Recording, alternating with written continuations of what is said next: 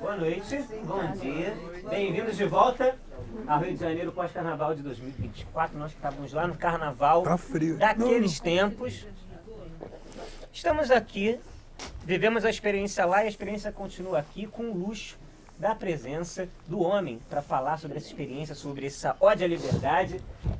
Estamos falando que está frio, então vamos começar aquecendo as mãos, aplaudindo. Moço Walter Lima Júnior. Eu sempre vou pedir aplausos para você quando eu estiver nesse palco. Não precisa se justificar. Uma presença ilustre também aqui, esse reencontro de gerações de décadas do Nico Pereira aqui presente. Aquele lugar ali que não tem ninguém. É para lá que você vai olhar, aquele é o ponto de referência. Eu queria saber, só para começar, para a gente aquecer a galera, quem é que viu a Lira hoje pela primeira vez? Ever? É uma galera descobrindo a Lira aqui hoje. Pela primeira vez. Primeira vez. Eu acho que vocês podem concordar que esse filme, até para os padrões de hoje, a gente que vê muitas coisas novas e inovações, ele tem uma linguagem que poderia ter sido lançado mês passado, seria algo inovador, seria algo diferente. Seria uma linguagem nova, ousada, que foi sempre guiada pela liberdade. Liberdade é uma palavra-chave e o Walter sempre volta a ela. Então, para começar esse papo, Walter, o contexto que você fez... Com licença. Tem uma cadeira ali, ó, tem todos confortáveis, todos aquecidos. Walter, eu sei que esse filme começou de uma forma na sua cabeça. A Faísca era uma outra parada que envolvia carnaval, marchinha. Como é que surgiu essa Faísca da Lira? Cara, voltamos no tempo. A destampar um baú de loucura, assim. Queremos loucura. Cara, tem tantos motivos que estão atrás do filme, entendeu? Eu não sei mais precisar. Qual o motivo que me levou definitivamente a ele? Foi o próprio cinema, entendeu? Eu, na verdade, é o seguinte, esse filme eu vejo ele assim como uma coisa única, não apenas para mim. Acho que dentro do contexto em que eu fiz o filme, ele me proporcionou uma experiência assim bem particular.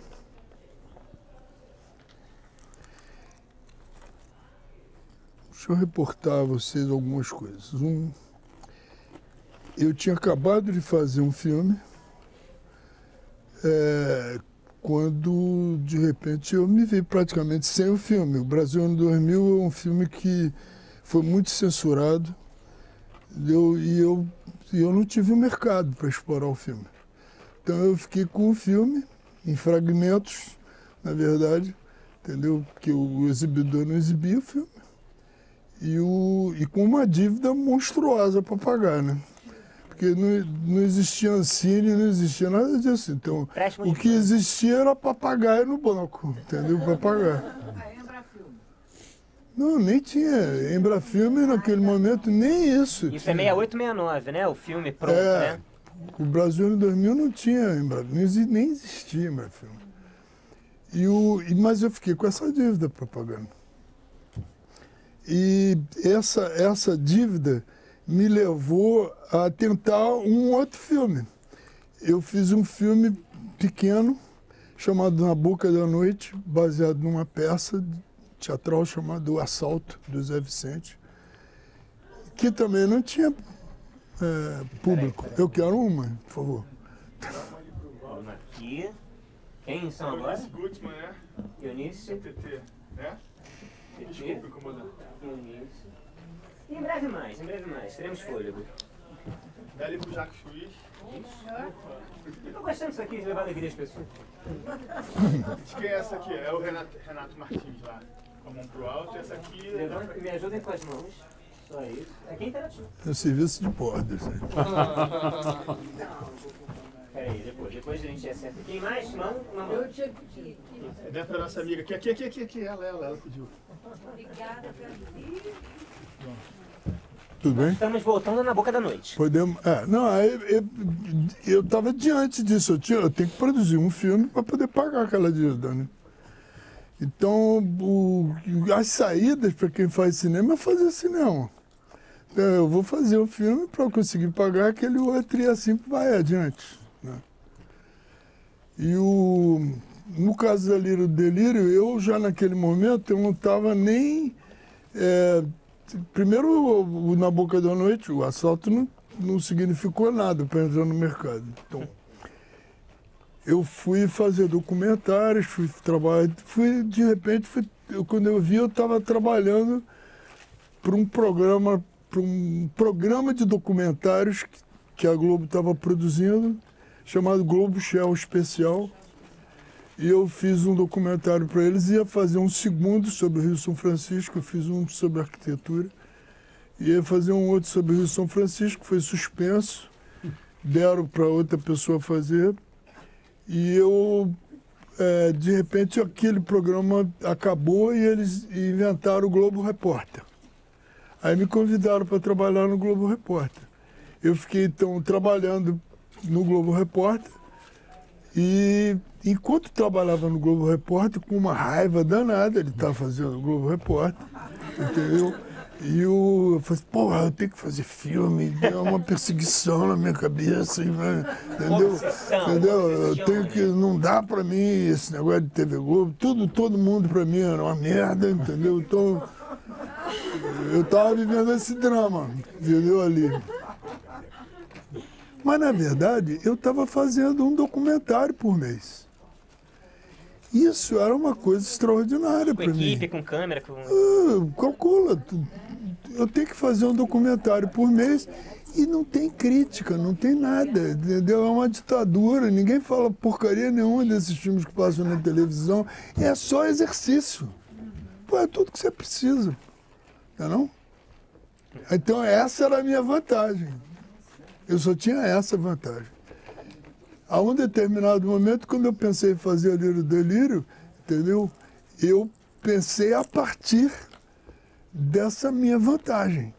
A minha vantagem era uma coisa que eu não tinha ainda tido a prática disso, que era o som direto. O som direto era para mim, era uma porta aberta para uma outra visão do cinema. E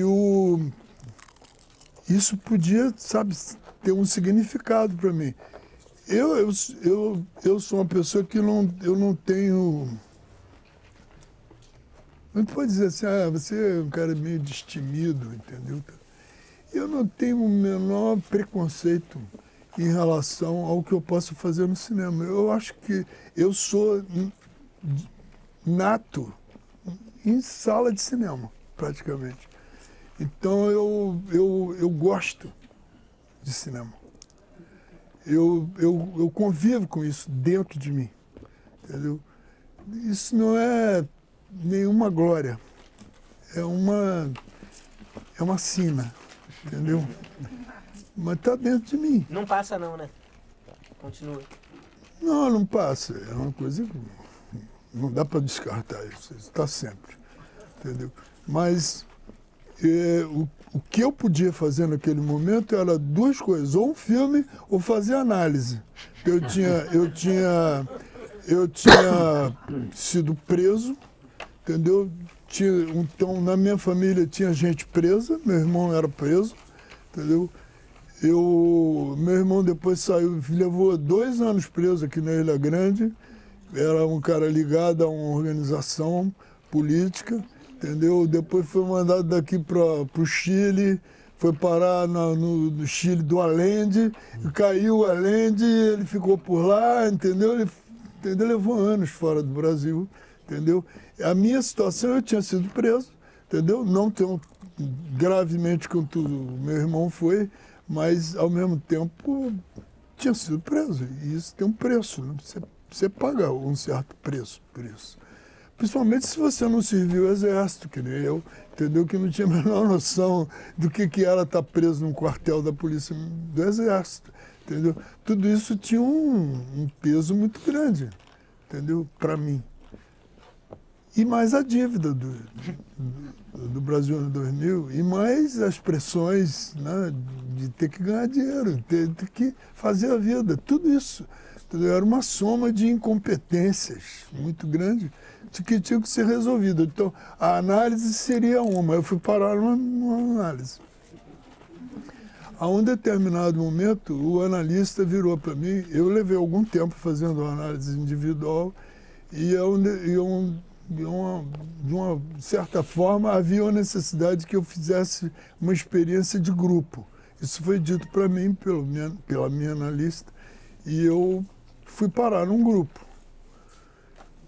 De início achei uma coisa meio estranha, porque eu estava acostumado já há algum tempo a fazer aquela análise individual e fui parar num grupo, entendeu? Com aquela promiscuidade absoluta de ficar ouvindo os dramas alheios todos, que não me interessava por nenhum deles, entendeu? Então, um dia o cara, o analista virou para mim e disse que ia tirar férias. Eu falei, logo agora que eu estou interessado nesse negócio, agora que eu comecei a me interessar, ele vai tirar férias. Fiquei puto da vida, achei que ele está me roubando esse cara. Então, calcula a dívida no banco, o cara me roubando aqui. Então eu falei, pô, não. Eu falei, não, eu era perto do carnaval. Eu pensei nisso, não, eu quero fazer um filme sobre o grupo. O grupo, aquelas pessoas que estavam ali, que eu conhecia assim vagamente, entendeu? Nunca tinha conversado com nenhum deles, eu via as histórias deles, mas eu falei, bem, isso aí é um filme, entendeu? Eu, quando voltar aqui, que esse analista começou, eu vou conversar sobre o meu filme, entendeu? É sobre isso que eu vou conversar, entendeu? E aí eu fui fazer a Lira do Delírio com essa ideia de que eu ia falar de um grupo. E o meu grupo, evidentemente, não era um grupo de análise, era um bloco de carnaval. Estava na beira do carnaval, entendeu? Que coisa melhor do que um grupo de carnaval?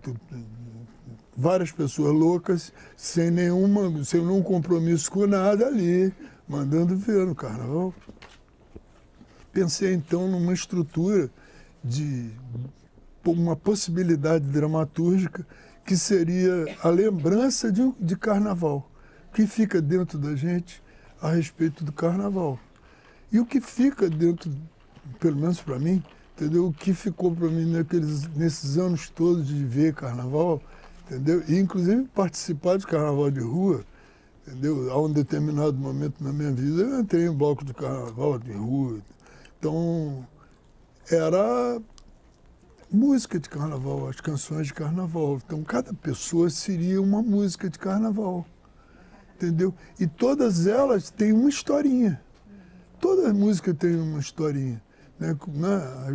As desventuras da pessoa dentro daquela coisa. Eu pensei nisso, falei, bem, então eu tenho uma estrutura possível, dramática, de um grupo de pessoas que cada um deles tem uma historinha, entendeu? Essas histórias são referentes à própria festa, entendeu? E essas histórias eu posso reinventar essas histórias depois do carnaval. Eu vou contar melhor essa história. Ela não vai acontecer só no carnaval, ela acontece depois do carnaval. Bem, isso é uma ideia, eu no meio daquele grupo de análise tentando me vingar do analista, entendeu? Bem, mas aí o que aconteceu, na verdade, é o seguinte, que eu estava lidando com som direto.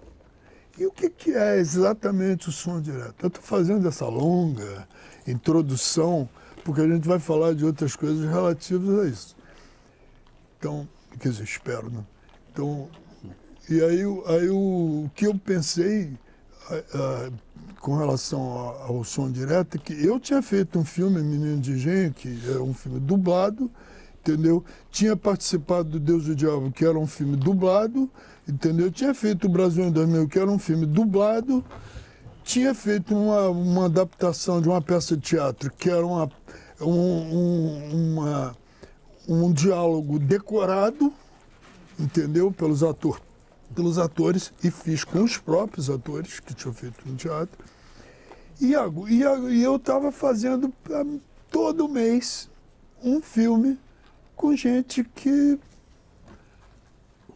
era provocada a falar sobre temas. Em geral, os temas que eu estava fazendo sempre eram sobre questões ecológicas, questões de poluição. E para mim o que ficou claro é que eu, naquele momento, eu estava falando de medo. Na minha cabeça, eu estava fazendo filmes sobre o medo. Medo. Medo da poluição, medo do ar, medo da água poluída, medo. E o que eu estava vivendo era no meio da ditadura, que era puro medo, entendeu? Com toda aquela repercussão que tinha tido dentro da minha casa, comigo mesmo, né? Então, você pega uma câmera e você vai até a realidade e você se depara com a realidade, você muitas vezes, se você for, no meu caso, né? Digo você for, se eu for, para a realidade, entendeu? Com um roteiro marcado pela pauta, entendeu? Da reunião de editores, falei, eu vou fazer aquilo que eu já sei, ou seja, nada, entendeu? A respeito das pessoas, entendeu? Mas eu posso ser surpreendido pelas pessoas. Isso era a minha função como repórter. Eu tinha sido um repórter antes. Eu tinha trabalhado em jornalismo fazendo reportagem. Então, o que me interessava era a surpresa da resposta. Isso me direcionou a uma maneira de ver o filme. Porque eu fui fazer o Carnaval com pessoas que brincavam ou não o Carnaval, mas que aceitaram o fato de fazer o filme pela alegria de estar fazendo um filme de Carnaval. Não tinha roteiro, cada um era uma música de Carnaval, pode fazer o que quiser, entendeu? Antônio Pedro de bebê, no Mamãe Quero Mamar. Pode ser maluco à vontade, não tem a menor restrição a nada, entendeu? Fuma o que quiser, entendeu? Toma a bolinha que quiser, beba o que quiser, doideira total, Carnaval, tá? Na verdade, eu estava fazendo um filme sobre a liberdade, né? Ou seja, sem nenhum compromisso com uma regra. Como eu vou fazer um filme depois daquelas historinhas? Como é que eu vou filmar essas historinhas agora? Se essas pessoas são totalmente loucas lá no Carnaval, como é que eu monto uma coisa com a outra? Como é que eles são tão espontâneos ali e agora eles vão ficar todos presos num diálogo? Não vai montar. Isso não monta. Então, isso tem que ser totalmente solto. Então, eu me vi diante de uma coisa que eu via na hora que eu estava fazendo a reportagem seguinte. Eu não posso estabelecer entre o que eu pretendo de uma reportagem, o meu compromisso com a pauta não pode estar acima da minha surpresa da resposta, que eu posso ter na hora. Entendeu? Como é que eu me espanto diante dessa realidade? Realidades que às vezes são terríveis, né? Você conviver com problemas de poluição, entendeu? Várias coisas absurdas acontecem. Então, eu comecei a pensar nisso. Eu falei assim, o limite que existe entre a realidade que eu pretendo no filme e a realidade que eles viveram no Carnaval. Então, o som direto era um caminho para mim. O som direto indicava que eu tinha uma arma na mão, que era o som direto. E eu precisava da cumplicidade dos atores para chegar nessa espontaneidade. Que aqui eu estava lidando com atores, né, que racionalizariam as ações, entendeu?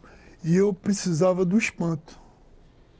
Então, tudo na minha cabeça funcionou de uma maneira assim meio turva, entendeu? Mas a primeira coisa que eu achei é que eles não podiam decorar os personagens. Eu não entregaria personagens prontos para eles. Eu entregaria a situação dramática, mas não diálogos. E mesmo que eu mostrasse diálogos, eu não deixaria o diálogo para ser decorado. Entendeu? Isso ele pode comprovar isso. E nesse Ele pode contexto, comprovar. olha só, gente, Espanto Liberdade. Nesse contexto de 7, Tonico Pereira, esse foi seu primeiro trabalho com cinema, certo? Foi. Como foi chegar nessa troca com esse diretor, com essa proposta de liberdade? Eu fazia parte de um grupo de teatro da Universidade Federal Fluminense, integrado à comunidade, que era a minha presença, porque eu não era universitário, nunca fui. Eu já comecei não estudando, então já foi tudo foi improviso. E o Walter abriu umas portas, porque para mim foi muito gostosa. É que eu acho que arte é vida, não é diferente disso. A gente quando começa a elocubrar, é muito estudo, muito não sei o quê, pelo menos no meu caso, me frearia muito. Né? Principalmente por não ter cultura mesmo, de ser um homem... Eu sou da Lapa, sou popular, né? Eu sou naif. Aí, pô, quer dizer, foi muito importante para mim porque eu me viciei nisso, Valtinho. E hoje até hoje eu sou um pouco assim, quando me contratam, ou quando me chamam, a primeira coisa que me dão é um roteiro. Eu falo assim, eu não leio o roteiro. E as pessoas se assustam e quase me mandam embora. Já teve casos parecidos com esse. Mas eles agora já estão se acostumando. Eu não leio costume para tudo. Eu não leio capítulo de televisão, não leio nada. E nem teatro. Eu faço Shakespeare sem ler. Eu vou no que ele me apresenta na hora, na coisa ali, e vai adiante. Eu devo isso muito ao Valtinho. Na verdade, quando a gente se encontrou pela primeira vez, foi no Cine Teatro Trianon, em Niterói. Não, foi no Teatro Municipal de Teatro Niterói. Municipal, tô louco, da idade. Aí foi... Por que é Cine Teatro de Trianon em Niterói? É porque é em Campos, eu tenho... É outro lugar. E aí foi engraçado que o que se abriu para mim foi uma coisa de liberdade. Em nenhum momento eu me senti, entendeu, dirigido assim, de forma... Você era um indutor. Era um indutor absoluto. E isso me causa grande satisfação no meu modo de fazer teatro, cinema e televisão. É muito assim, claro que são veículos diferentes, cada um com a sua anomalia, mas a gente está junto deles. E eu agradeço muito essa oportunidade que o Valtinho me deu, que foi de... Foi uma experiência incrível aquilo ali. Foi. Eu, por exemplo, eu vivi uma situação, para dar um exemplo disso, não é a permissividade, entendeu? De deixar o ator para lá, não. É a cumplicidade. É isso. É outra coisa. Eu fui fazer uma cena com o Cláudio Marzo, um ator típico de novela, né? Daquela rigidez da televisão, do texto, né? Então, a cena era o seguinte, ele está com uma menina no quarto, uma amante no quarto, uma atriz preta no quarto, muito bonita, e entra uma namorada dele ali, um amante dele, uma outra.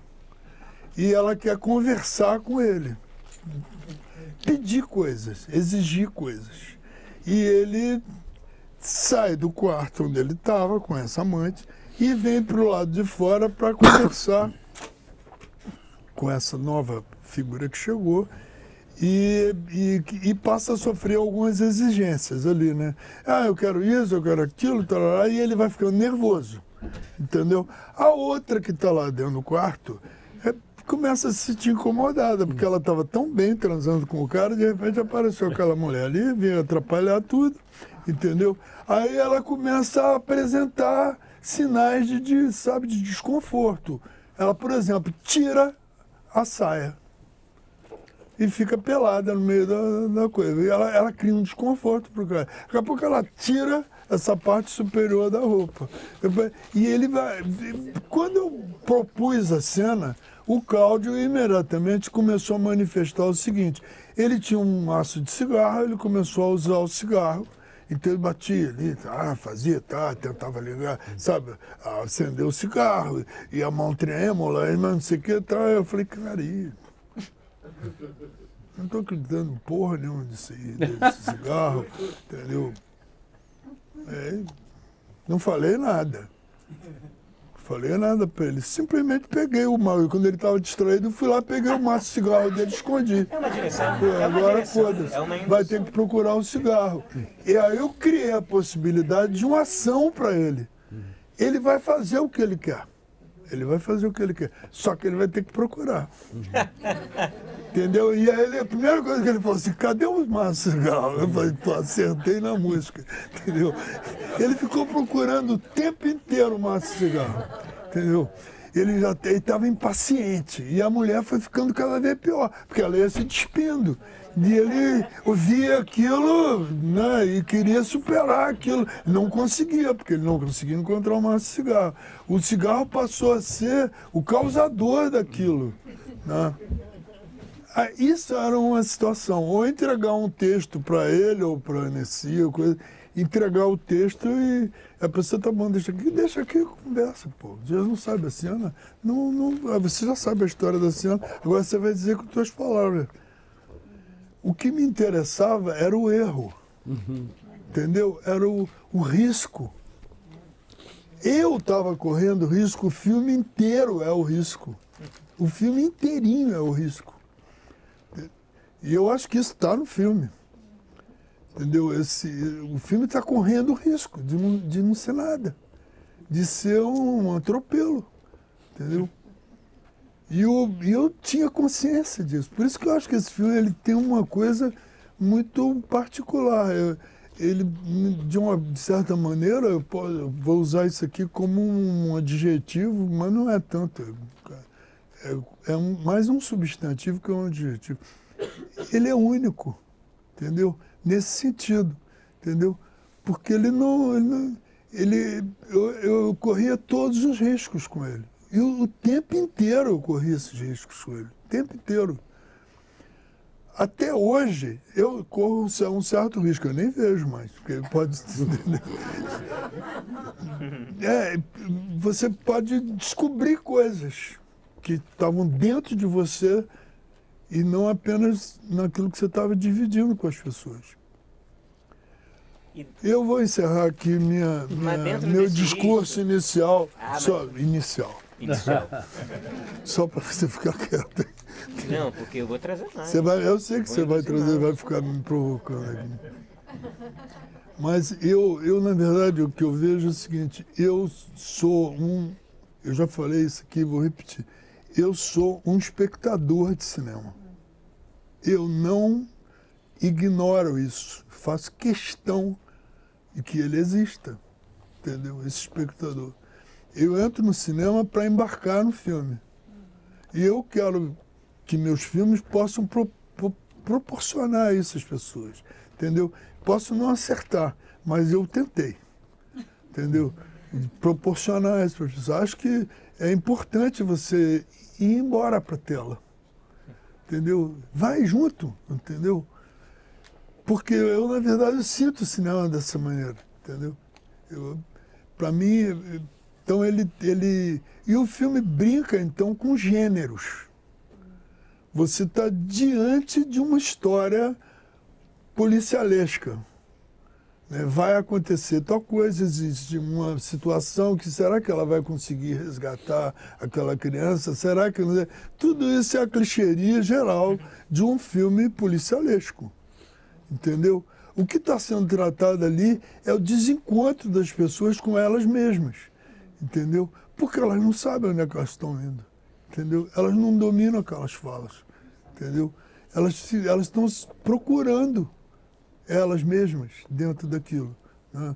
E isso é uma coisa que a mim, entendeu? Foi uma descoberta para mim, entendeu? E a descoberta do ator como um elemento de uma força incrível dentro do filme. Não apenas aquilo que eu estou determinando, mas aquilo que ele está me oferecendo.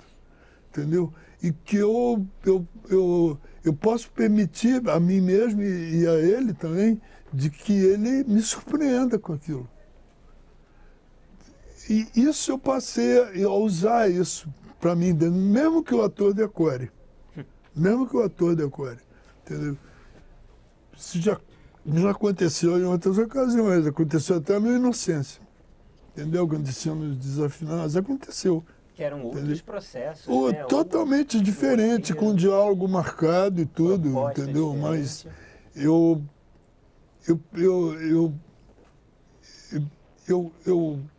não temo esse medo do erro, entendeu? Eu não temo esse medo, entendeu? Eu deixo que aconteça, entendeu?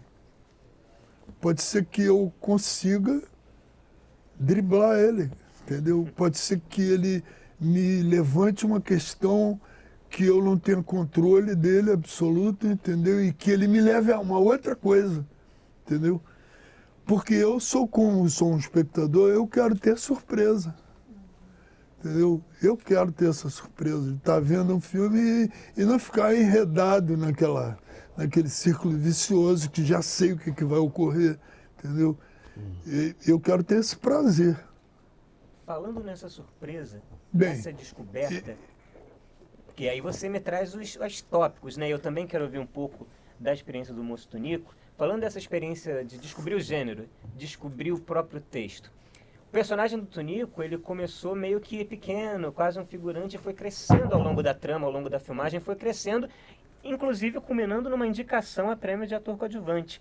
Como é que foi para vocês dois descobrirem esse personagem que ia crescendo, essas situações que ele ia se envolvendo? Isso foi muito fácil com o Walter, porque ele me abriu uma porta que é a da vida.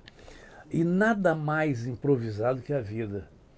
Então isso aí me deu uma satisfação em poder existir como ator assim, que até então eu pertencia a um grupo lá de teatro universitário, né, com todas as obras decoradas e etc. E eu já improvisava, eu era a ovelha negra desse projeto. E o filme do Walter abriu as portas para mim e deu a certeza que podia ser, que a vida estava ali, então podia ser assim. Isso me engrandece muito, essa oportunidade que eu consegui com você, Valtinho, que é uma loucura. E não basta ser uma loucura. Sabe como é que eu conheci esse cara? Entendeu? Eu estou no Teatro Municipal de Niterói entrevistando atores.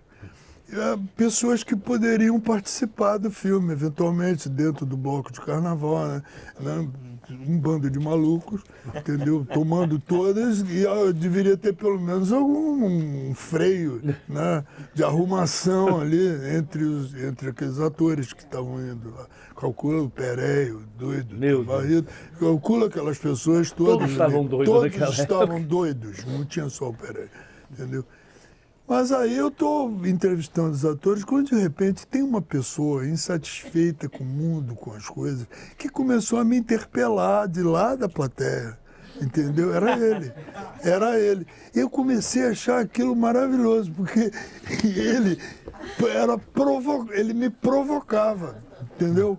O tempo inteiro ele ficou ali me provocando. Aí eu pensei comigo, porra, eu preciso dele, cara. Entendeu? Ele vai quebrar todo esse protocolo, entendeu? Aí fui falar com ele e a minha intenção, que eu não tinha um personagem para ele, entendeu? A minha intenção é de que ele, de alguma maneira, protegesse a Nessie, entendeu? E que ela era uma pessoa totalmente entregue ao carnaval, ela, entendeu, jogar todas as cartas que podia no carnaval, então eu falei, pô, ela precisa de alguma defesa, entendeu? Alguma margem de defesa para ela, entendeu? Se bem que ela nem pensava nisso, entendeu? Fui falar isso com ela, ela deu de ombro, não estava nem aí para mim, entendeu? Bem, mas eu sabia que você vê que ele... Continuamente ele aparece perto dela. Continuamente ele aparece. Na medida que ele começou a aparecer perto dele, ele criou um personagem. E nunca foi dito para ele que ele seria a música tal. Não. Eu nunca cheguei perto dele e disse, você vai ser a música tal. Entendeu? Não. Entendeu? Ele era já o personagem, ele criou a situação. Todas as vezes que ela, estava numa situação de perigo, ele estava atento a ela. E às vezes era impossível deter o perigo. Tem um determinado momento lá que ela Que quase... você que entra. Você tá em cena, entra. Eu fui lá, dei um pulo na cena, entendeu? Eu tava num praticável com uma câmera filmando aquele... E o Jimmy Lutfi estava aqui embaixo. Ele veio acompanhando ela, eu vim com o plano dele. A um determinado, eu estava vendo aquela situação com a câmera, quando de repente acabou o filme da minha câmera. Eu vi... Acabou o filme, entendeu? No obturador, eu vi que o filme tinha acabado. E eu, totalmente alienado, continuei filmando, sem filme, sem nada. Entendeu? Quando eu vi que ela saiu de cena. Veio um grupo e pegou, ela levou. Eu dei um salto dali no meio daquela situação, dei um salto ali. Na hora que eu vi, eu voltei para a realidade e dei um salto e tirei ela dali. E colocou entendeu? isso no filme. Claro. É a realidade urgente. Claro. Não, calcula, eu virei um super-herói. Ele me metia ali, eu ia perder essa. Melhor comparsa daquela polícia. Pô, tá pensando? De graça. Um exemplo disso, tecnicamente, mas que é um exemplo, é o Jimmy Lutfi fechado num tarol. O cara perde a baqueta e ele acompanha até o chão e volta e compõe a coisa. Manda fazer isso. Não, o Dib, a gente tem uma relação meio mítica com esse nome, o Dib. O Dib era um músico, na verdade. Um músico que fazia câmera, entendeu? Então ele tinha um senso de ritmo, uma coisa interna muito, muito grande, entendeu? Agudo dentro dele. Então eu estou filmando uma bateria lá em Niterói, no Barreto, quando de repente o baterista perde a baqueta, entendeu? A baqueta cai. Ele vai ao chão junto com o cara, a baqueta é devolvida e continua. Pô, esse cara, ele tem um senso de oportunidade única. E de improviso, de né? De improviso, total. Manda um americano fazer um negócio desse. Vai levar um ano. Aí ele corta, caiu a baqueta. Vamos lá. Um grande espetáculo ao redor disso, né? Parafernália técnica. Ele não, é maior que a pessoa que vai montar o filme vai usar aquilo, entendeu? O mais importante é ir lá, pegar aquela baqueta e devolver, né? O Dib era o efeito, né? Ele era o efeito especial da câmera, né? A gente pode, eu acho que é muito importante falar da figura do Dib Lutfi, porque essa liberdade que o filme exala até hoje está muito na sintonia de vocês também, o tempo inteiro, essa sintonia total. dele. Ele abraçou a liberdade com a imagem. A câmera ia, né? A câmera dele ousava. Mais cuidado, porque tem fotógrafo aí, então você... Não, mas a liberdade, falando da liberdade. Ele conhece, sabe quem é. As composições também chamam muita atenção, as coisas os planos das escadas, né? Como uma composição milimétrica que passa, que entra o Jamelão, que entra aquela outra cantora linda. Maravilhosa. Que está lá no fundo, de repente vem para o primeiro plano e a Nessi está lá, uma coisa que, olhando numa primeira vista, nem parecia originalmente ser uma coisa do que se entende, né, da fotografia do Dib Lutfi. Isso também funciona. Mas ali tem o seguinte, o Dib, o normal do Dib, na função que ele exerceu dentro do cinema brasileiro, é usar a câmera na mão, entendeu? E a câmera na mão, ela na verdade, ela é uma invenção de mise-en-scène, porque o que ela provoca é a existência da ocupação do quadro por situações. Então a câmera, ela coreografa. Ela contracena. Ela vai junto, faz isso, faz aquilo, tá. Eu sempre me indispus com isso, entendeu? Eu me indispus com isso, entendeu? Eu achava isso uma facilidade, entendeu? Na minha cabeça, uma facilidade. Falei assim, não, acho que é o seguinte, eu já sei onde essa câmera vai, já sei. Toda vez que eu via isso acontecer, né? Eu fiz um filme com o Glauber, entendeu? Que permitia esse tipo de coisa, né? Então, para mim, o cinema é o quadro, entendeu? É o quadro. Então, tudo é a partir do quadro.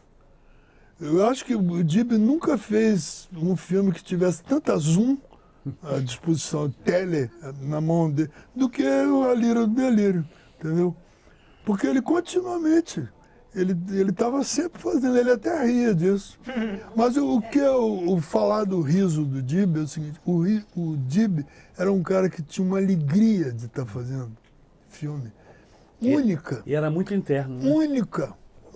Uma pessoa assim, de sabe, de uma riqueza de percepção, sabe, de jovialidade muito grande, brincando o tempo inteiro, parecia uma criança.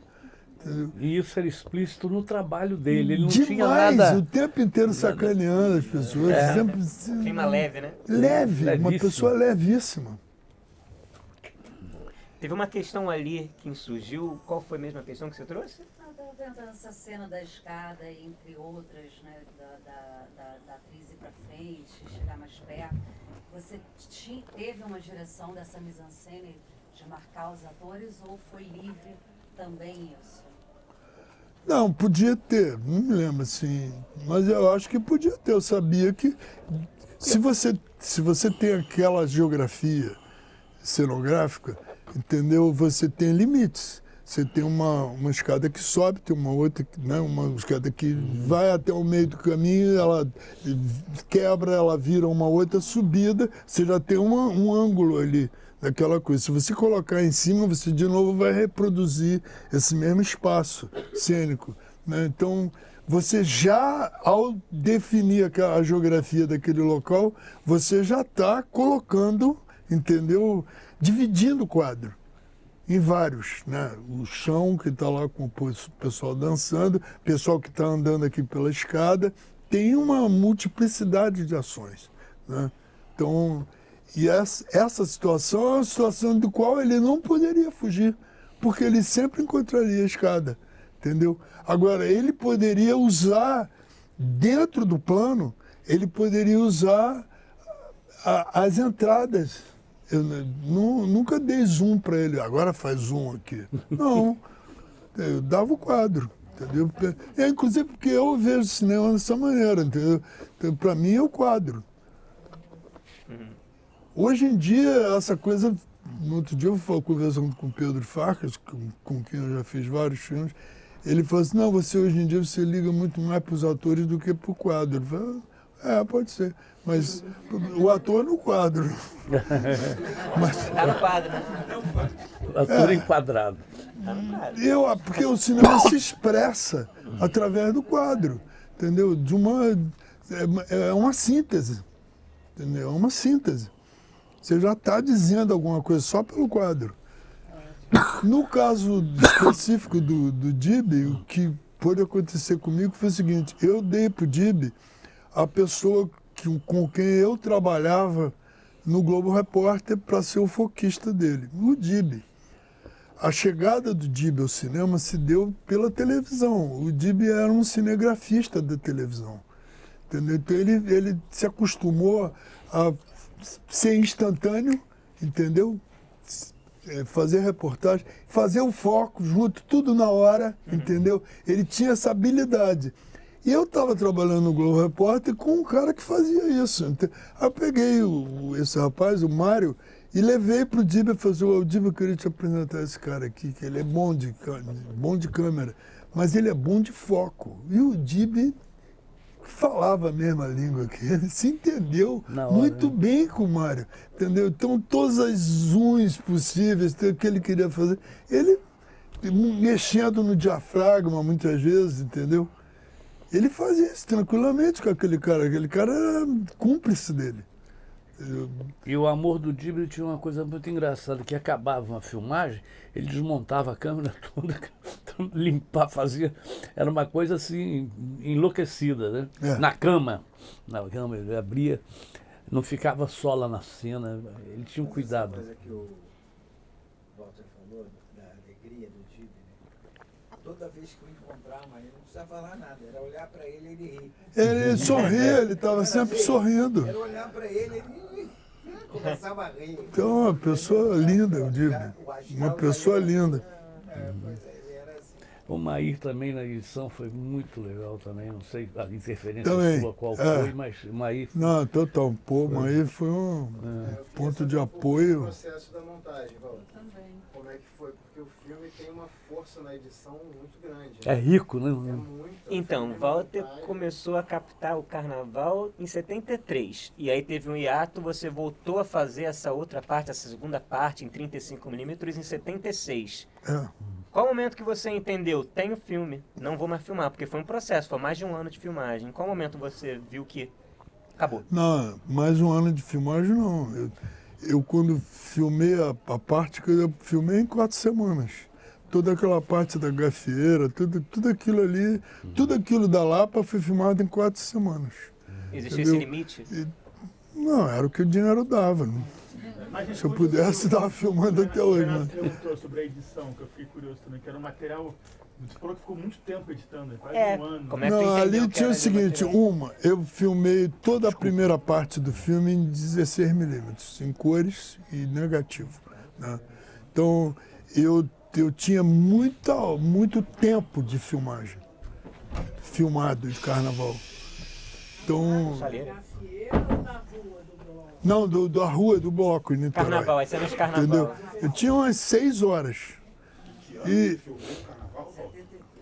em 70, ele falou 73, eu achei que era 72, mas não é 73. Lá em Niterói, né? É o carnaval de Niterói. Carnaval dos 450 anos, dos 400 anos de Niterói.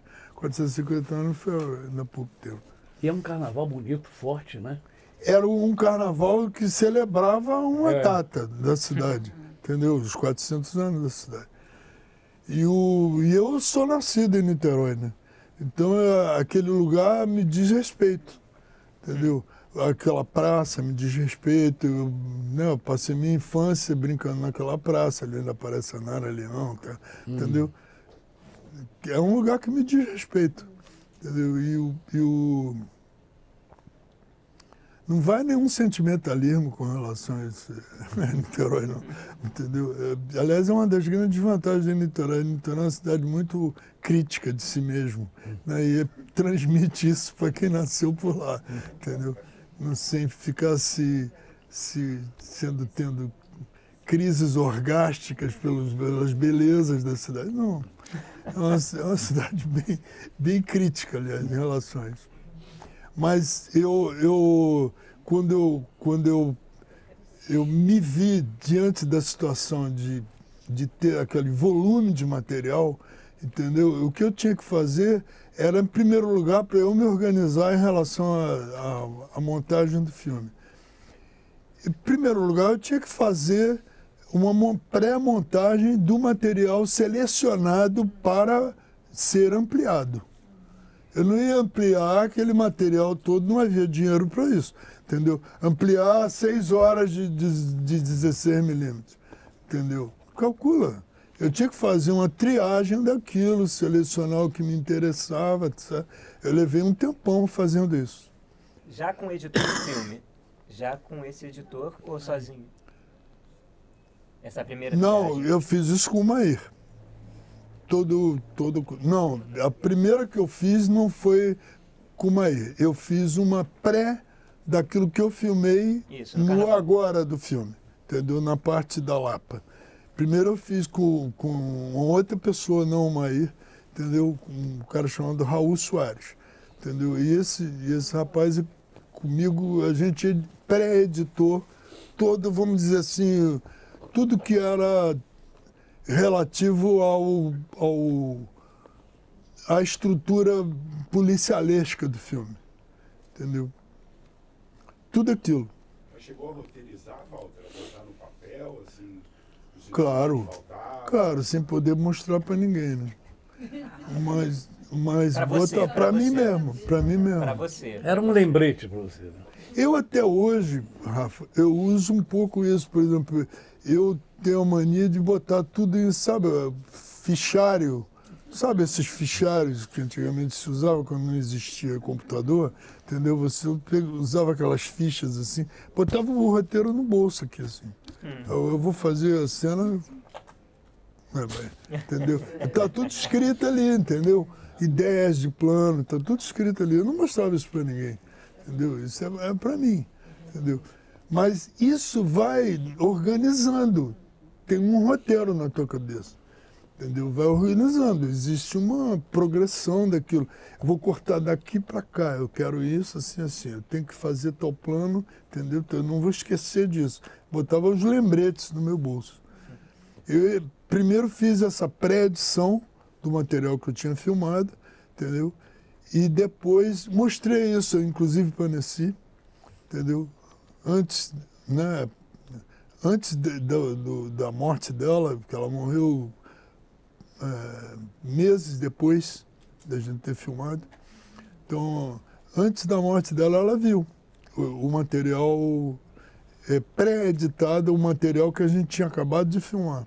E ela já conhecia o material do Carnaval. Várias vezes viu aquele material, inclusive. Então, eu vi aquele material do Carnaval uns 10 vezes, essas 6 horas. Ia lá para Niterói, para casa de uns amigos, né? Ficava vendo aquilo. Depois, quando eu acabei de terminar aquilo, logo depois da morte de Ness, eu fui com o Mair para editar o material de 16mm. Não deixei de lado tudo aquilo que eu tinha filmado, entendeu? Não vou tocar nisso agora. E vou, em primeiro lugar, selecionar esse material. Selecionamos o material e aquilo foi ampliado. Aí agora eu vou juntar um material com outro. Aí o Mair já tinha o conhecimento daquilo que ele ia usar, ele já tinha o conhecimento daquilo que foi ordenado para ele, entendeu? Pré-ordenado, botado em ordem, entendeu? E aí a gente começou a trabalhar em cima disso, uma situação que foi muito dura, entendeu? No meio de um drama. Aquela música, ó linda imagem de mulher que me seduz. Isso foi depois da morte dela, né? Você colocou depois. Não, eu sempre tive essa ideia. Essa ideia? Essa ideia é o seguinte, é porque essa música era a música que meu pai tomava banho, entendeu? Ele ficava horas no banheiro tomando banho, cantando essa música. Então, eu achava isso de uma maneira, eu falei assim, vou homenagear meu pai aqui, vou botar essa música. E era uma gravação do Martinho da Vila que eu acho linda. Vou perguntar uma coisa para mim não esquecer. A composição de quem é, hein? Não sei se é de Orestes Barbosa, acho que não. Mas olha, tem o seguinte, eu não me preocupo nunca mais em saber dessas coisas, porque existe o Google. Agora tem o Google. Pergunta a ele. Agora é imediato, né? Ele já responde. Ó, tem um comentário aqui, qualquer? Uma pergunta. Walter Lima, às 6 horas de 16mm do Carnaval são 60 latas. Essas 60 latas... Eram 40, né? 40 latas. 60 latas, mais ou menos. 60 latas. Então, aí, as sobras dessas latas, depois que você montou, essas sobras de negativo ficaram aonde? Babau. Babau? Nunca mais viu esse material bruto? Não, dançou, não sei onde é que foi parar. Nenhuma cinemateca, nenhum arquivo? Não. Foi isso. Porque você montou, essa cena de carnaval tem quanto tempo? Tem no filme deve ter uns 20, 25 minutos disso tudo. 6 horas, 20 minutos. E essas 5 horas e meia? Ou mais um pouquinho, meia hora. Dá para fazer um longa, só com carnaval. Ali naquele momento do carnaval, vocês estavam usando uma câmera só, duas? Como é que foi? Uma câmera só. Uma câmera só, então. Pois é. E aí vários chassis para a rapaziada ir trocando, o Dib trocando. O Dib trabalhava com ele tinha um assistente, né? Tinha um assistente que era o Zé Antônio Ventura, que também fez som direto, e ele mesmo fazia. Entendeu? Ele mesmo fazia. Trocando chassi. Trocando chassi. Com certeza. Nessa filmagem do Carnaval lá. E o negativo era um negativo que eu comprei da mão do Gustavo Dal, que foi o que sobrou de uma partida de filme que ele recebeu para fazer o Irá. Ele comprou... Não, reversível era outra. Não era reversível, não. Não, era o negativo, era o sem asas. 7247. Era o negativo mesmo. E ele recebeu, ele tinha um acordo com a RAI. Ele fez um filme, o Irá, que ele tinha um acordo de produção com a RAI italiana. Então ele sobrou negativo, ele estava duro, precisou vender, eu comprei aquele negativo dele. Agora a gente pode voltar para a montagem, na hora, falar um pouquinho de som, porque é impressionante. Você fala do som direto, mas a trilha, como a trilha encaixa, como as músicas encaixam, com... As narrações também, né? Com as narrações e com... Não me esqueça a hora que o Tonico fecha o canivete, tchum, e a música acaba. Várias coisas são assim. Isso aí tem o dedo do Mair, né? Isso é o dedo do Mair. O Mair tem essa coisa também de músico, ele tem esse talento, entendeu? Aproveita. E música também, né? Quer dizer, na verdade, ficou entre o carnaval e o cabaré rasgado. Exatamente. Eu acho que o Paulo Moura é magistral. Aproveitando esse comentário dela, você vai comentar... É mais bonita e ela sempre me elevou, me transportou cada vez que eu ouço. Ela te leva. Aproveitando esse comentário dela, você vai comentar, de certa forma foi sua primeira parceria com Wagner Tiso, que se repetiria ao longo de mais de 40 anos. Como é que foi todo esse contexto da música? Não, eu nem conheci o Wagner quando eu coloquei a música, porque o Wagner ele era o orquestrador de um disco do Paulo Moura, chamado Confusão Urbana, Suburbana, Rural, entendeu, né? E eu estava interessado naquela estrutura dos arranjos daquilo ali, que era o Wagner que é o responsável. Então eu comecei a usar para poder editar o filme, entendeu? Com som, eu comecei a usar as músicas do disco do Paulo Moura. Procurei o Paulo e falei que vou usar essas músicas, entendeu? E ele falou, depois a gente vai complementar com algumas coisas que eu gostaria que você fizesse, entendeu? Mas eu vou editar o filme com música. Mostrei o filme para o Paulo, inclusive, entendeu? Com essas músicas, entendeu? E aí ele ficou radiante com aquilo, ele gostou de ver aqueles arranjos. Ele me falou do Wagner. Mas eu não conhecia o Wagner. Quando eu fui ver, tomei conhecimento físico do Wagner, foi numa exibição do filme já pronto. Olha só. Quando eu exibi o filme no Hotel Meridian, entendeu? Naquele auditório do Hotel Meridian. Aí o Paulo Moura levou o Wagner para ver o filme. E foi assim que eu conheci o Wagner. E fiquei muito próximo dele. Fiz vários filmes com ele. Ele assinou todas as trilhas depois, né? Eu adoro ele. Eu acho que ele assinou todas as me suas dou trilhas. super bem com ele. O Wagner é um produto musical gerado dentro de cinema, entendeu? Ele é um cara que sabe, ele conhece música de filme muito através do cinema. Entendeu? E para mim era um papo incrível, porque tá falando comigo, tá falando com isso, entendeu? E o tempo inteiro era, sabe, lembranças comuns de trilhas de filme, de coisas assim. Eu tive uma afinidade total com ele. E até hoje eu tenho o maior carinho por ele, assim.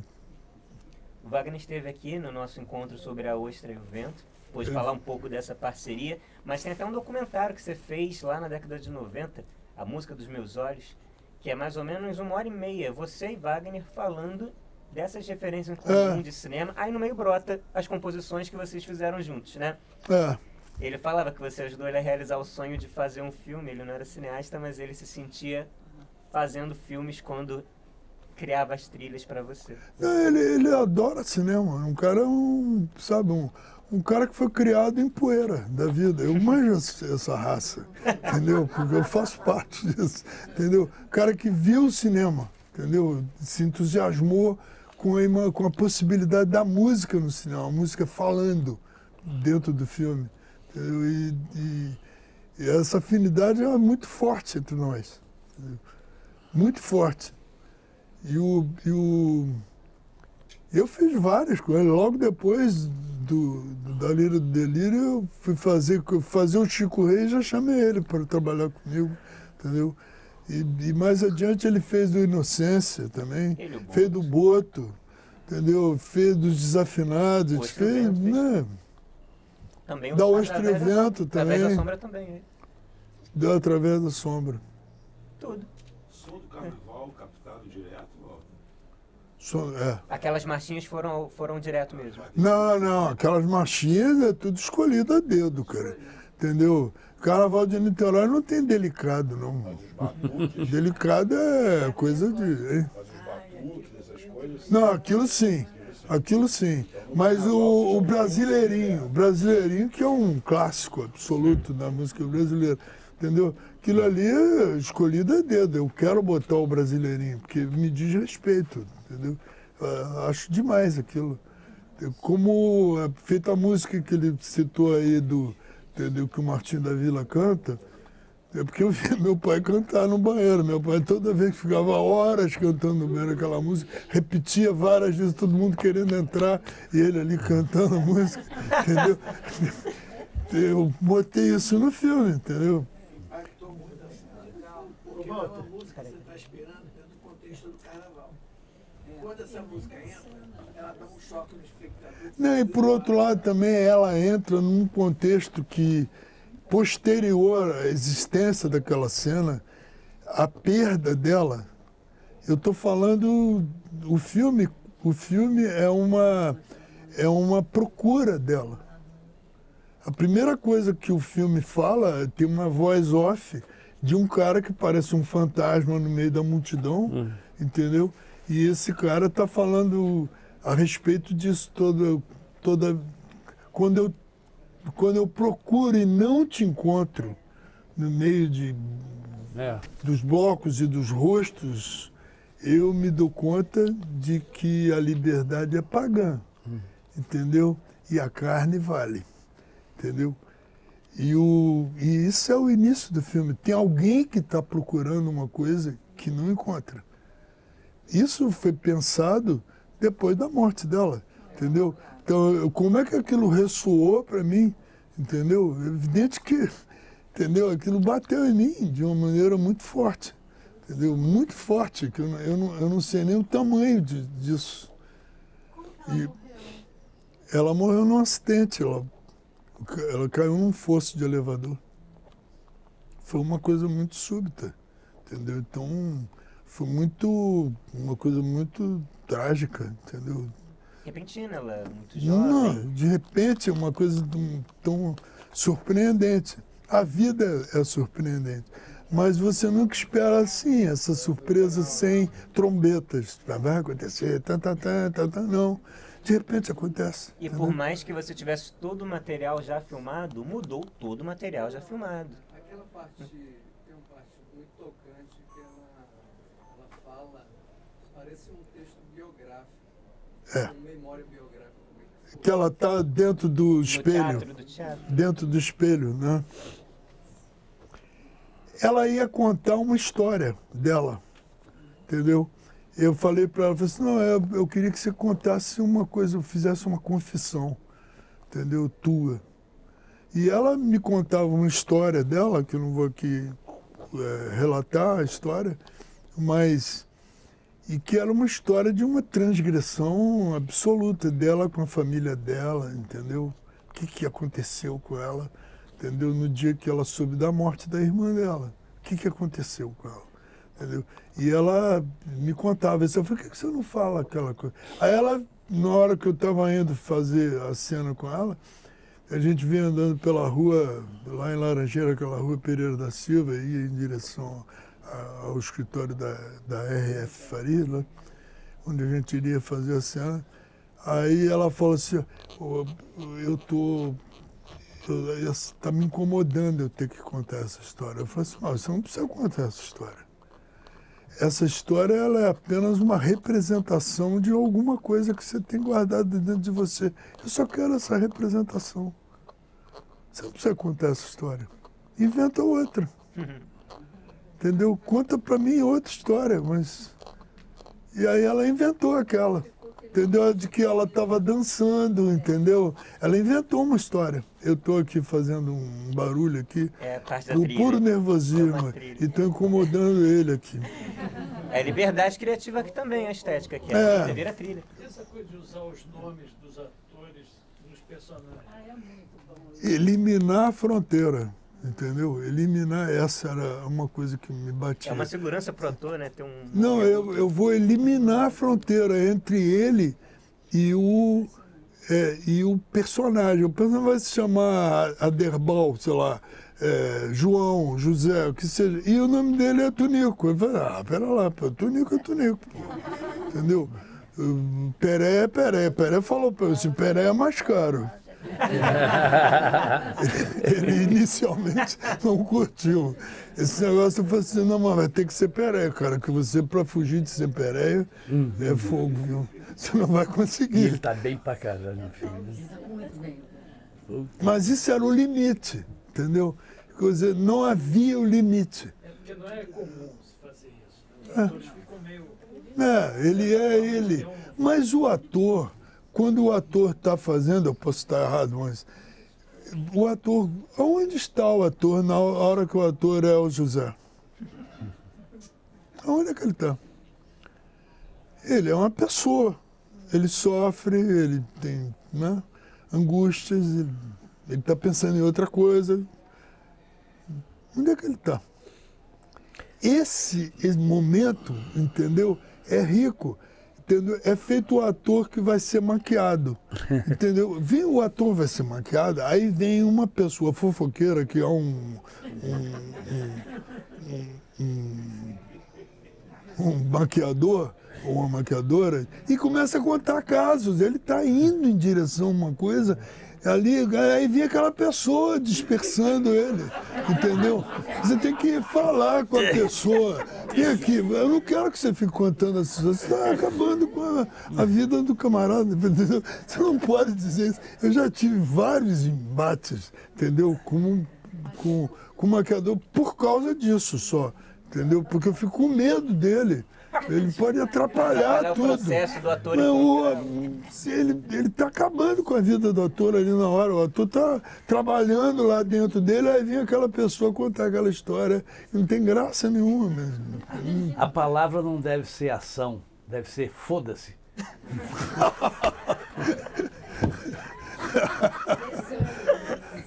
Fala um pouco daquela cena icônica do...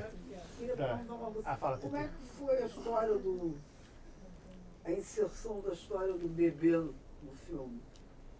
Perguntaram para mim quem era o bebê lá fora. Pode revelar? O bebê era meu filho. É o Guri-Guri. Entendeu?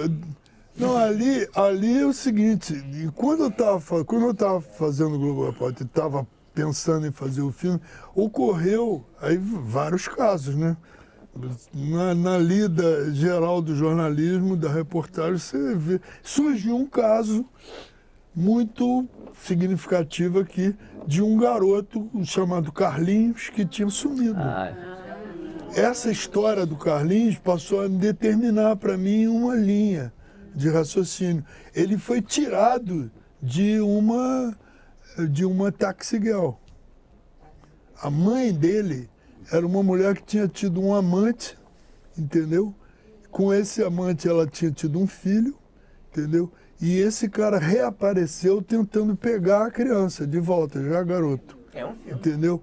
E levou o garoto, entendeu? Levou, sumiu. O Carlinhos nunca mais apareceu na vida para ninguém, entendeu? Mas era um acordo entre ela e o cara, entendeu? E o escândalo que aquilo significou na vida dela permitir aquilo. Ela nunca confessou, entendeu? Que entregou a criança, entendeu? Admitiu isso, e isso eu acabei conhecendo partes dessa história, que eu estou aqui contando parcialmente, entendeu? Uma parte dessa história fazendo reportagem no Globo Repórter. A um determinado momento eu comecei a fazer reportagem de polícia no Globo Repórter. Fazer uma reportagem sobre uma mulher que tinha assassinado um camarada lá o caso Lu, entendeu? Você lembra desse caso Lu?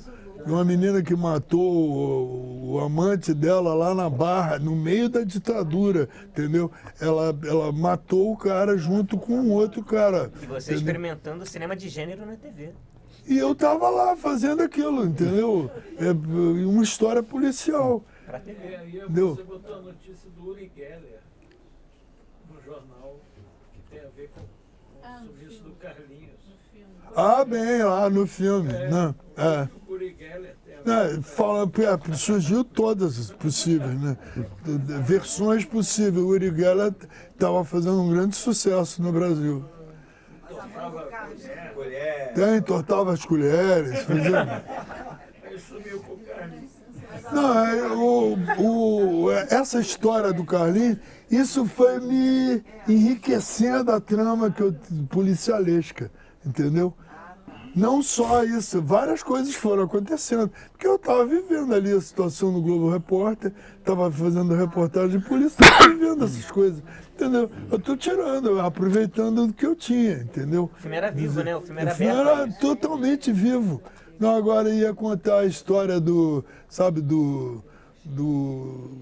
que diz respeito ao Antônio Pedro, por exemplo, porque a música dele era Mamãe Eu Quero. Mamãe Eu Quero. Inventa agora uma história do Mamãe Eu Quero, entendeu? Pô, entendeu? Não, ele era simplesmente um camarada que agia, Mamãe Eu Quero. Mamãe Eu Quero sair do Brasil e ir para a Itália jogar futebol. Você começa a inventar coisas. Podia, né? Tava valendo, né? Você queria saber de qual história, cara? Não, na verdade ele contou pra mim a história quando a gente estava passando o filme e de repente não sei se ele quer falar um pouco daquela cena icônica do beijo da Annecy com a Nara Leão ali. Como é que surgiu aquela ideia de fazer aquilo? Como é que abre o filme? Abre de uma maneira muito... Vem aquilo e vem o título. Então é uma cena muito forte, né? Bota ali naquela praça com elas. Como é que surgiu Nara Leão nessa brincadeira, nesse Não, a Nara Leão quis fazer, ela quis participar do filme. Eu conversando com ela, entendeu? Ela disse, eu quero fazer. Eu falei, vamos lá para Niterói fazer. Né? Só que ela ficou apavorada com aquele cara, entendeu? Nunca ela mais só voltou. ficou um dia. Ela ficou um dia só, entendeu? Ela viu aquela cena da Annecy sumindo no meio da multidão, ela ficou embaixo de um praticável, totalmente apavorada com aquilo ali. Bem, mas aí o que aconteceu foi o seguinte, que eu fiz a cena, quando estava fazendo a cena, entendeu? Eu vi que Ness estava querendo, Ness era o apelido, né, do nome dela, Annecy. Então, tanto é que tem umas brincadeiras com esse nome, porque Ness é um personagem famoso dos Intocáveis. Né?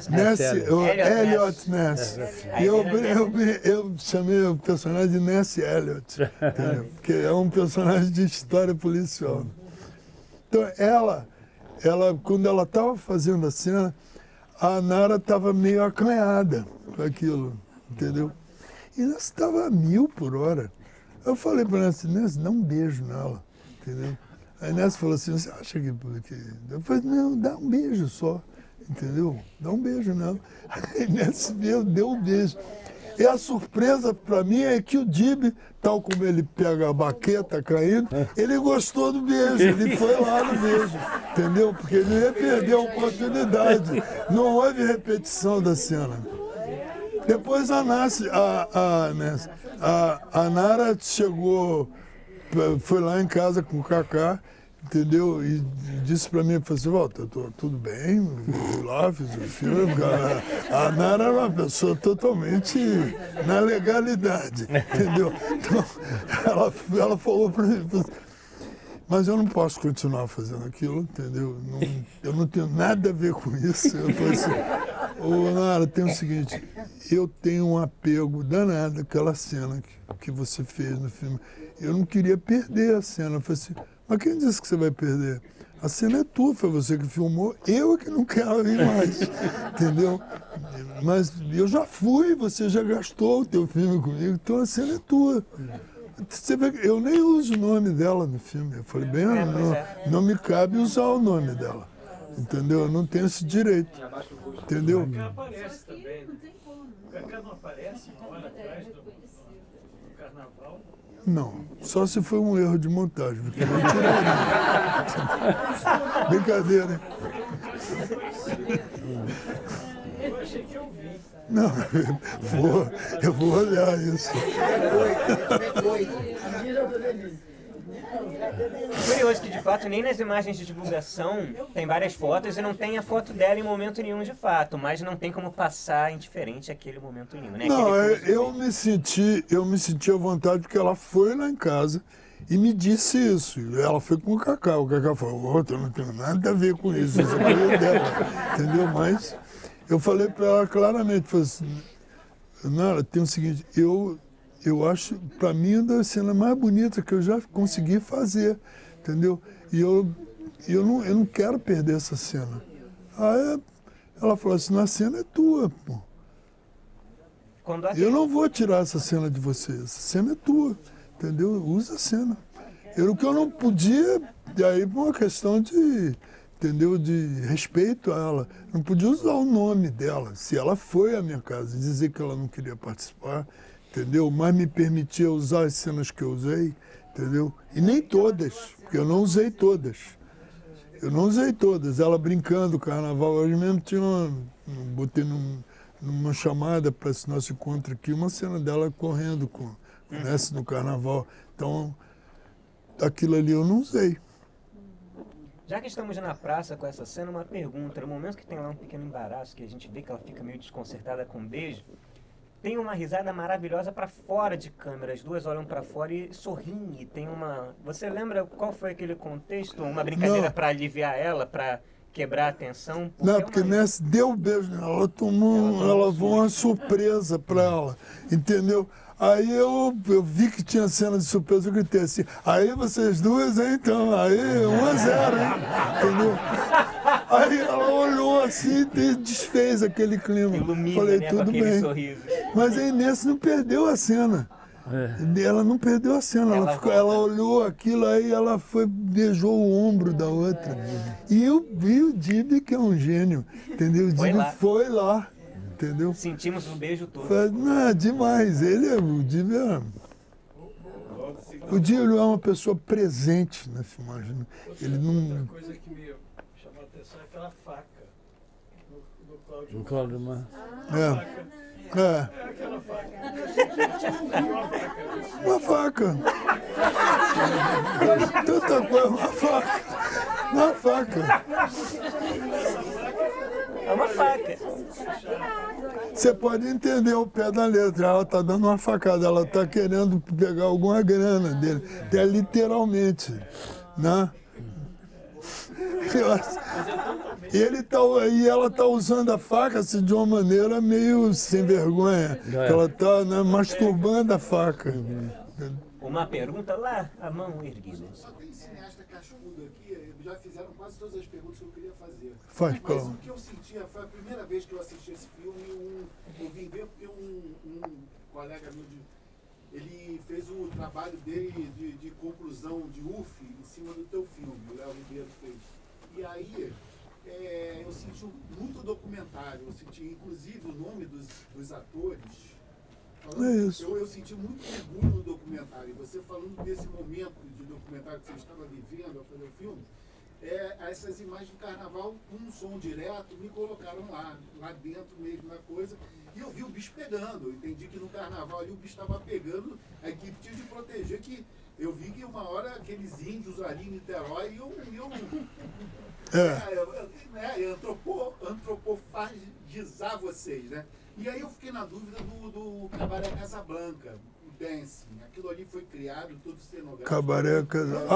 Ou existiu aquele lugar? Era um... O Casa Nova é um cabaré que existe ainda na Lapa. Acho que existe. Não existe mais.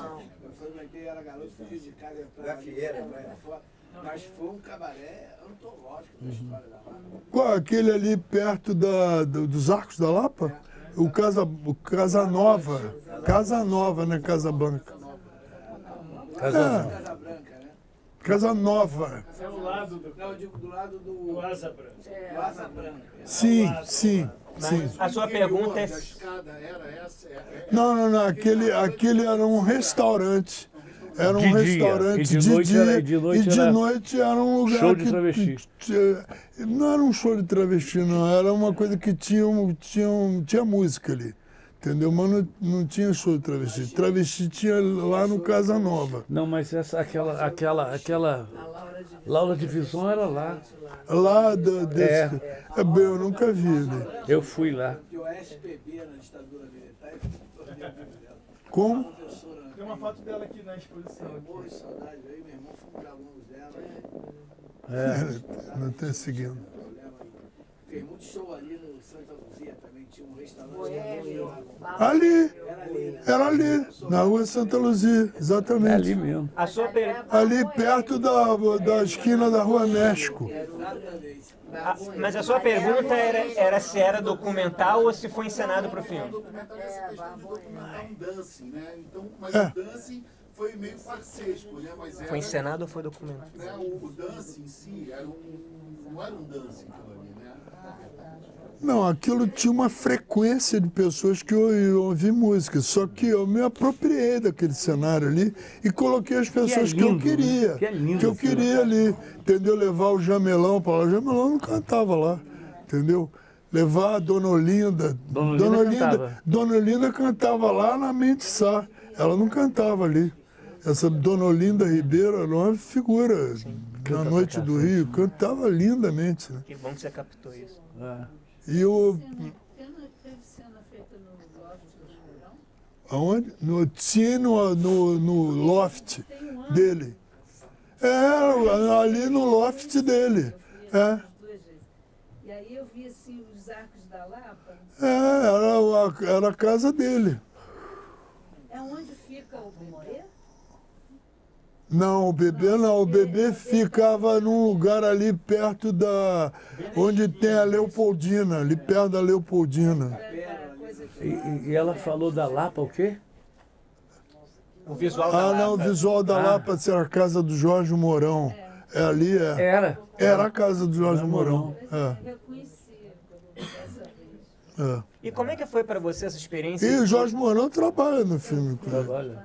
Como foi essa?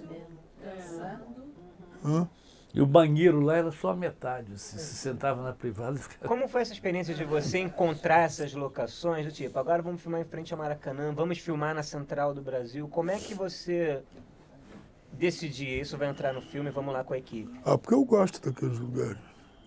E levava a galera? Eu gosto. Hein? E levava a equipe? Não, vamos filmar lá, pô. Esse é o lugar que eu quero. Sem planejar nada, entendeu? Não, eu vou lá, pô, entendeu? Filmar na Central do Brasil. Vou pedir autorização e vou lá filmar. As locações são excepcionais. Sabe aquele lugar que tem as duas enfermeiras conversando no hospital? Sim. Antes da cena, todo o elenco foi, porque a gente acabaram as drogas nesse dia. Aí a gente foi lá, entrou na fila para tomar uma aplicação. Como é que é o nome daquele negócio que toma aqui? Eu tenho um negócio, eu esqueço o nome. Não, é soro, não, era pior. Não, para contemporizar. Aí todo o elenco foi uma fila, toda coisa assim.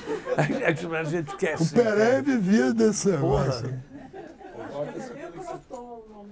Eu quero dizer o seguinte, eu não fumei nenhum, não tomei droga nenhuma, porque era impossível estar fazendo aquele filme já.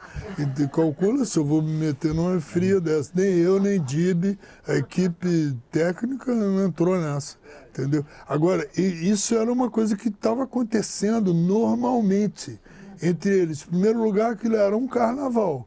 entendeu? A população estava doida, entendeu? Então, não havia especialmente o doido da parada, não. E a população era inteiramente doida, entendeu? Então, o Pereio tinha um carro, né?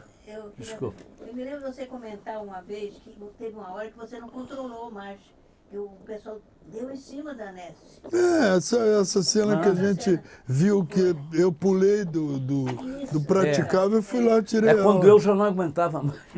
Não, quando ele já não dava para ele segurar. Sozinho. Você ia falar do Pereio, você ia falar... O Pereio tinha um carro nessa época que era metade de um, metade de outro, outra parte de outro, e não tinha chão. Então a gente andava no carro com o pé para cima. Assim. Flintstones total, né? E nem documento tinha, porra nenhuma. Documento que ia ter, não tinha chão. Era uma loucura. Só essa coisa que o Jacques chamou a atenção de usar o nome dos personagens, os nomes dos atores, né? Não ter... A cena dela com o Pereio, da Annecy, do Guri Guri, do Gary Gary, é impressionante que eu que não conhecia a Annecy, nunca vi ela, né? É impressionante como ali parece que realmente é ela, parece que eu estou conhecendo ela. Ela se sentiu ofendida, calcula, porque isso é um apelido que ela deu pro menino. Entendeu? De Guri Guri, aí o cara tá chamando de Gary Gary. Gary Gary é qualquer coisa, entendeu? Eu com esse Gary Gary aí, entendeu? Ela se sentiu ofendida com aquilo. Ficou mesmo. Não é? Grosseiro da parte dele. O diálogo foi fantástico, né? E essa coisa do diálogo deles dois, eu achei extraordinário. É porque a situação era uma situação dita, entendeu? Só que o Pereira, ele se apropriava daquilo com uma menor cerimônia. Entendeu? Ela tinha os limites dela de compreensão, de aceitação, mas ele não tinha nenhum, entendeu? Ele ia em frente. Pereira é Pereira, senão ele não seria Pereira. E aí nesse esquema, Walter, eram poucos takes, eu imagino, né? Eram poucas, não repetia, não tinha como repetir. Não tinha como repetir. Tem uma coisa que me chamou a atenção, que foi legal, assim, que é o jeito de falar dos anos 70, do malandro... eu não encontro mais esse povo falando assim. Eu ali no bar, ele fala. No bar, o taxista com o outro. O Mário, aquele outro que fica cuidando do bebê também. É o malandro, que não tem. São gírias que ficaram nos anos 70. É o Jorge Mourão que faz a cena com ele. Você não encontra mais gente falando daquela forma. Ele fala e repete uma coisa que o Gerson, o jogador, dizia: você gosta de levar vantagem em tudo. Certo. Entendeu? Uma coisa assim. Entra o caráter documental, né? Entra a coisa documental, né? Entra a coisa documental de uma época, né? Um registro de uma época. Já que fomos pro povo, viramos um bloco, vamos mais considerações. Alguém tem mais um comentário, alguma pergunta? A voz do povo, o povo fala, Mamão. Você falou no início, né, dessa procura desse personagem que é o Pereira, se não me engano, está numa sobreposição, e aí tem a história inteira e chega no final, tem a sobreposição da Annecy também, né? Que é a despedida do filme. Como é que foi esse início e fim? Vocês chegaram nesse eu tinha aquela cena sobreposta, uma imagem sobreposta a outra, ou seja, filmado contra o rosto, filmado contra um fundo preto, entendeu? E rodar o negativo ao contrário, rebobinar o negativo na câmera e aí filmar em cima daquilo ali, entendeu? Aquilo ali eu fiz com todos os atores. Havia uma possibilidade de eu fazer uma divisão, sabe, de departamentos dramáticos do filme. Eu fiz aquilo para todos os atores, entendeu? Se eu pudesse usar, eu usaria. Se eu entrasse por essa estrutura, eu usaria. Mas no final, eu estava diante da estrutura que eu estava, tinha um narrador físico, entendeu? Que era o Pereira. Na verdade, era uma coisa confessional minha em relação ao que tinha acabado de acontecer com ela, entendeu? E ela no final, né? é ela no final, que é a pessoa que ele está procurando. Então, e o que ela está contando, ela está cantando, uma coisa que você não está ouvindo, porque eu não gravei ela cantando aquilo, entendeu? Mas ela está cantando o que ela está cantando, a música, o labial dela é aquela música Se Eu Morresse Amanhã, Não Levo Saudade. Aí eu fiquei com essa imagem na mão, entendeu? Eu falei, cara, entendeu? Eu botei lá, entendeu? Era uma coisa... Indirigível. Não era o resgate do filho, foi aquela correria.